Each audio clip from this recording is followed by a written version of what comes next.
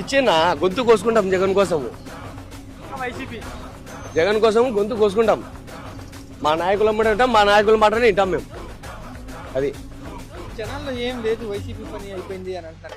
అది ఉత్తది. నా వెనకాల నేను లేనప్పుడు నా వెనకాల మాట్లాడాల్సి వాళ్ళే ముందర వచ్చి మాట్లాడేటోళ్ళు ఉన్నారా? లేదు. ఒక్కడే వెళ్తాను రాజు అంతా. ఎప్పటికైనా ఊరికైనా యాడికైనా రాజు ఒక్కడే ఉంటాడు. ఆ రాజే జగను. ఇదే చెప్తా. రాజకీయ పరిస్థితులకు భయాన్ని సృష్టించినోడే మా జగనన్న.